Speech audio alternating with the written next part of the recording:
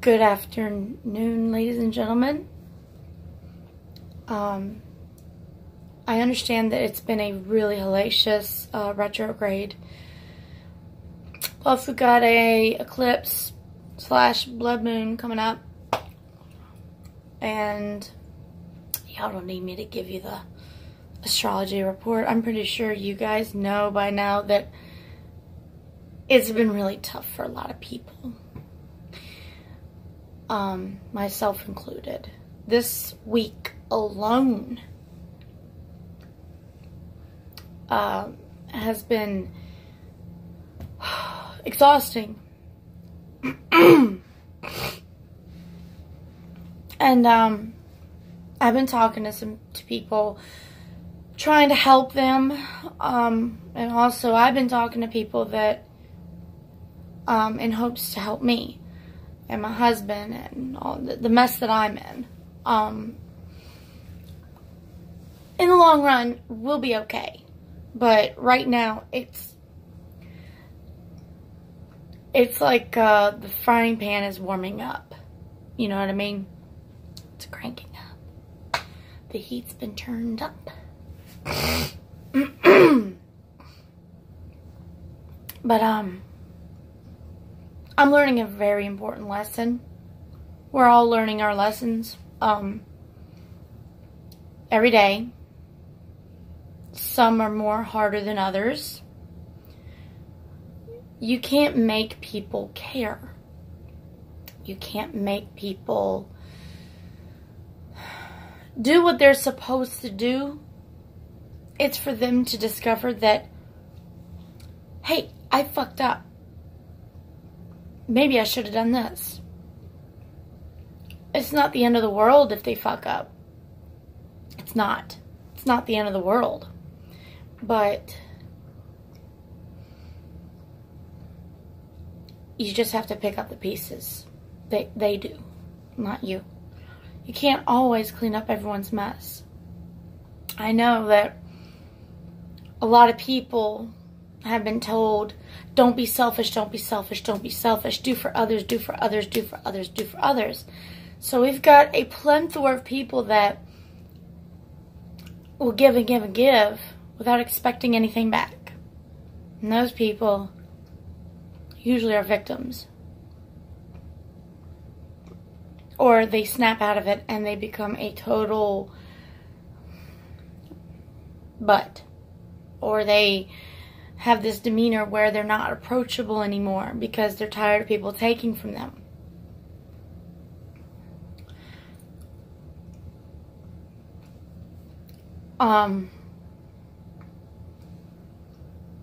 But thing is, no one ever stopped to tell us that it's okay to say no.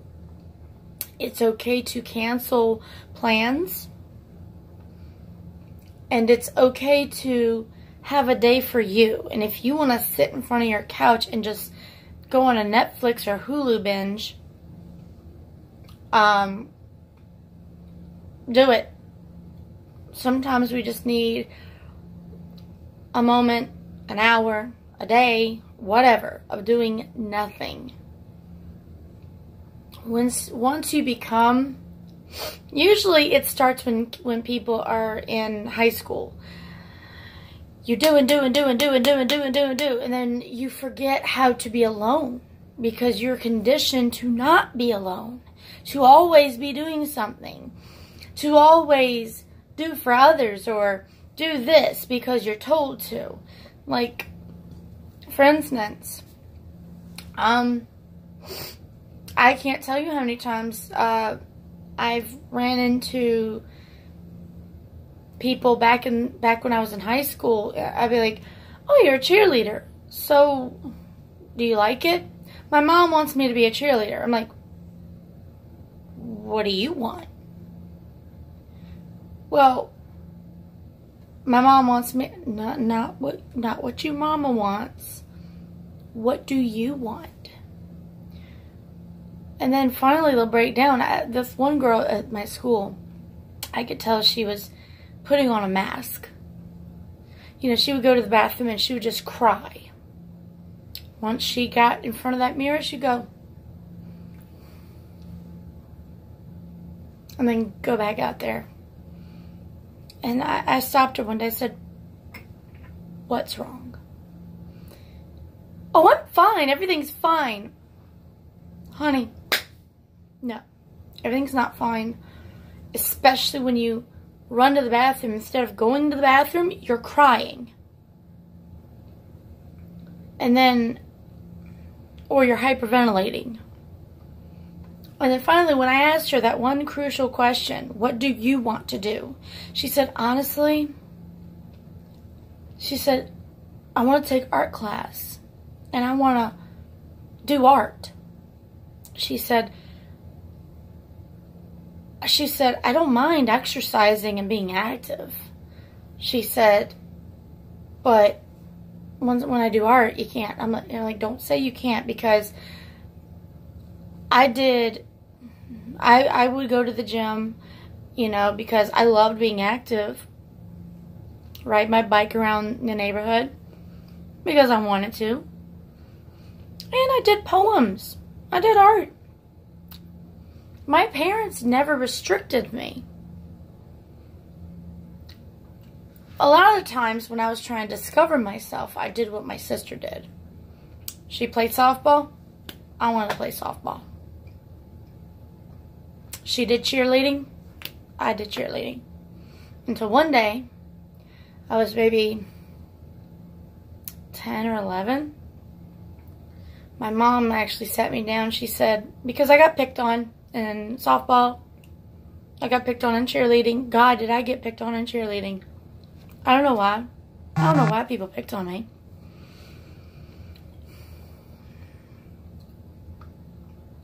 And I was in the rut of being a victim all the time. And then my mom and dad sat me down and said, "Hun, you really don't have to do what your sister does. You really don't have to cheer. You really don't have to play softball." And when my sister did gymnastics, I did tap. I was like, okay, this is different. I like this. Cutting a rug. I'm good on my feet now.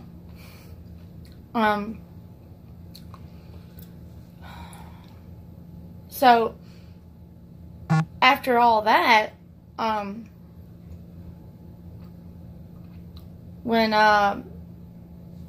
dance and all that was done, and I got tired of it, my mom and dad asked me, "What do you want to do now?" I said, "I want to do karate." So I did karate. Loved it. It was like a mixture of dance and self-defense and working out. So it was a mixture of all kinds of cool stuff. And plus, the weapons were pretty fun to play with too. My favorite is a bow staff. Nunchucks, pretty good, but yeah. So, there comes a time where we gotta find ourselves and do what we want to do. And it's okay to say no. It's okay, like, if your friend wants to go out and do something, and you either A, got a lot to do, or B, you just need to be by yourself. I actually willingly seclude myself sometimes because I need to remind myself that it's okay to be alone. That it's okay to not have anybody around you. Because, because one day, I personally feel that one day, what if they're not around?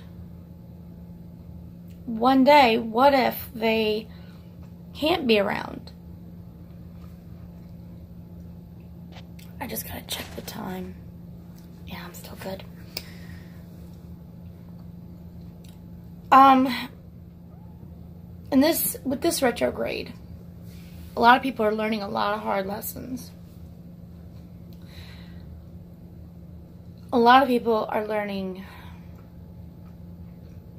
that it's okay to be alone. And you don't need people around you all the time. I can't tell you how many times I've seen people, you know, in the relationship and dating game that they'll just like break up, go with someone else. Break up, go with someone else. Like automatically. They have a plan B right there in the corner waiting. People shouldn't be treated like that. When things get tough and the magic has gone away, that's when you get to know each other. That's when you get to know yourself and figure out, can I imagine myself growing old with this person? If they get sick, will I take care of them? Will I have it in me to do that? Do I love this person enough to wipe their shitty butt? If they can't wipe themselves, will I be able to feed them if they aren't incapable of feeding themselves? Will I want to bathe them and wash them if they can't do it themselves? Gotta ask yourself those scary, big questions. Another lesson in people are learning in the retrograde is money, materialism. If something breaks down, not everything, things are not forever. People, on the other hand, come pretty close to it. And the love you bear between a person and you can and will endure forever. These are true facts.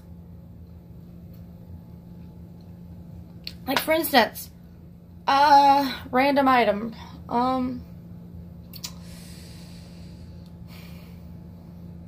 My vacuum cleaner.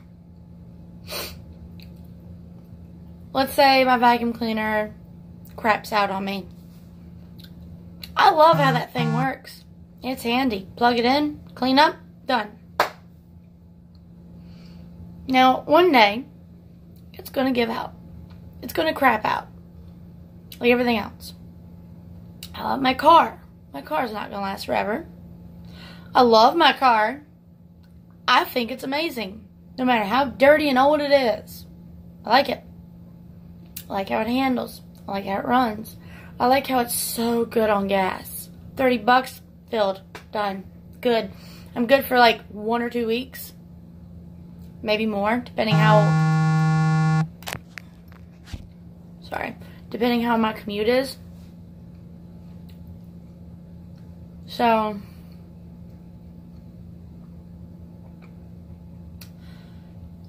I know that it's not going to last forever. My husband and I, the reality, I will love that man forever in all eternity and in the next life, How I know? Because I love him that much, and I want to. My mom and dad, I love them forever and all eternity. My friends, my sisters, my adopted friends that I adopted and I call them family, I love them forever. I will love them forever. So mote it be. I will. Whether they go before me or I go before them, I will always love them. If you have the ability to love somebody like that, you'll see how quickly your priorities change. You'll see. You just gotta allow yourself. But I'm scared. What if they hurt me? Life may not be fair, and it may not always be great and wonderful and beautiful, but it is so totally worth it. The pain makes you stronger. The hardships make you smarter. Life is a learning experience. You may not be able to come out smelling like a rose, but you're going to be pretty tough. And you're going to be wiser. These are the reality of life.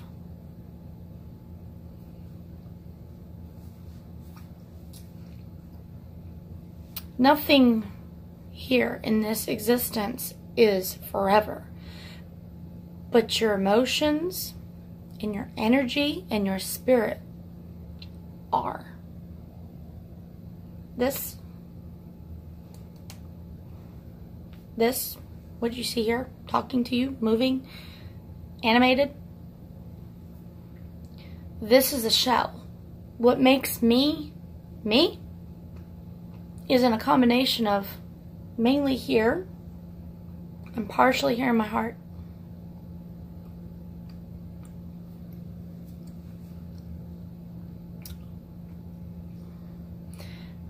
This is a theory.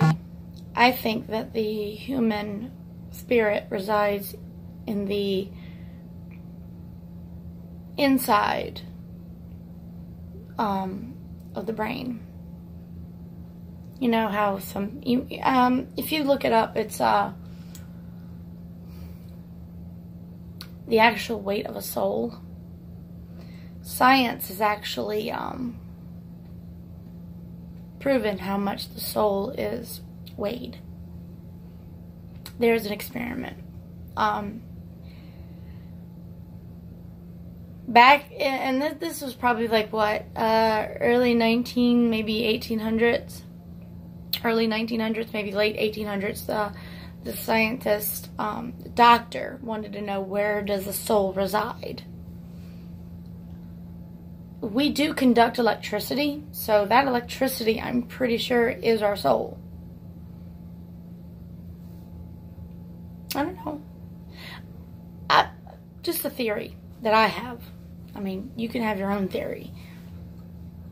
But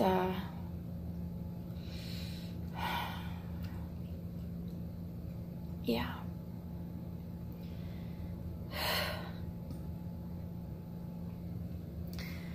And this retrograde has been really hard on a lot of people. I mean, I'm looking on Facebook, I'm looking on YouTube, people I overhear, people I hear, you know, here at my apartment complex. Everywhere I go, something is happening to someone somewhere. And,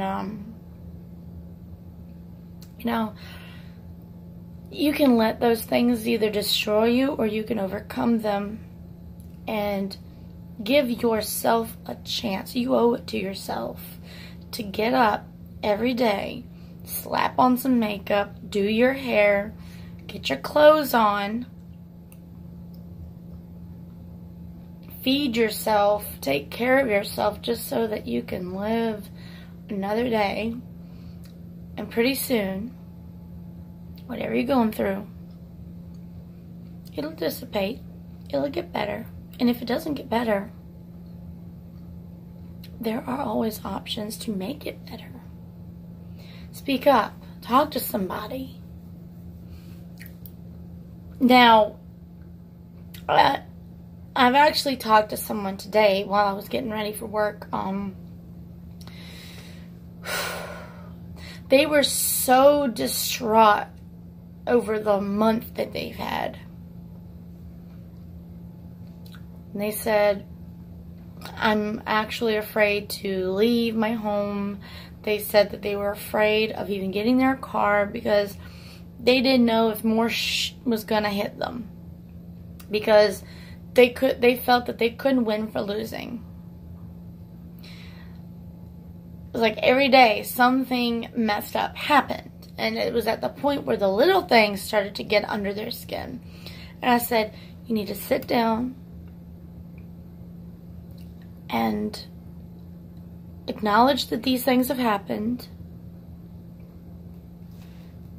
and be realistic with yourself and honest with yourself on how you can overcome these things.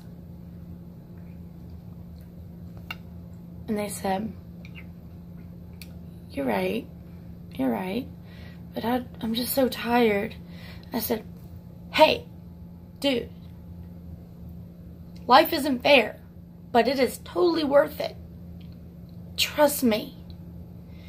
I actually was many years ago, back in my early 20s, I was at the point where I was totally comfortable with just ending it all.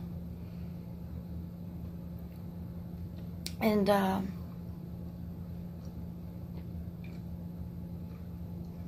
had a phone call when I was at my lowest. I had a phone call. It was my mother. And I told her how I was feeling. And when she did what mothers are supposed to do. Say, I love you. You mean the world to me.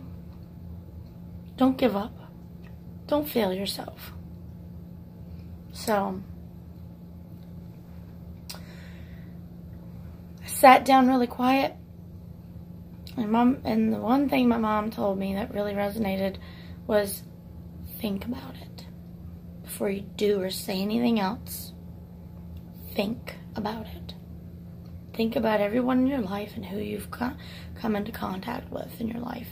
And honestly tell yourself whether or not you're able to. She was right. I couldn't do it.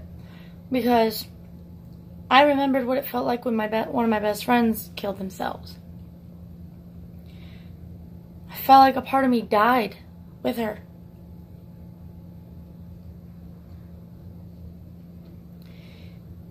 That's why people say that suicide is the most selfish thing to do.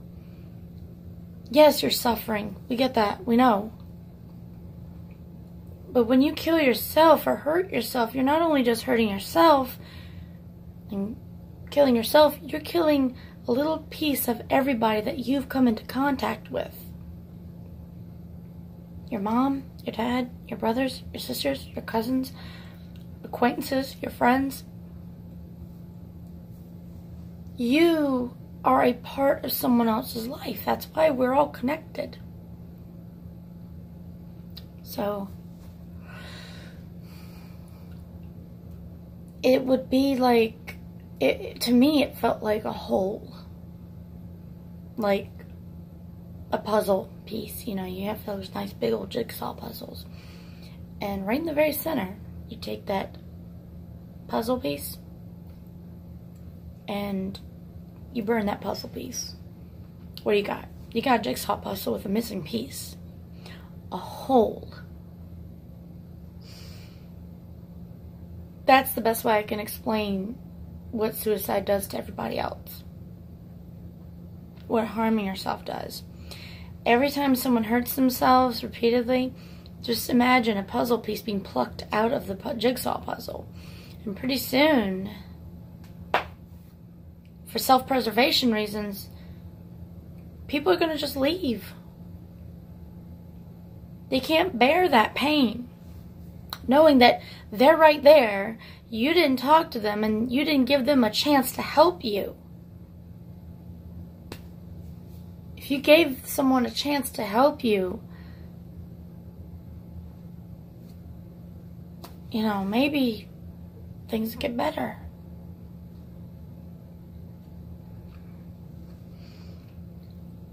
So this retrograde has been really tough. Emotionally, financially, physically. Luck.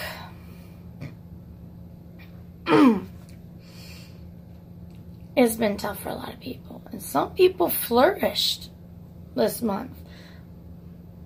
Honestly, in the negative spectrum of the retrograde, I don't know how, but congratulations. Either you learned your lesson before the retrograde happened, or something else is going to happen later. Don't get cocky. Be careful. There's nothing to play on retrograde. Just saying.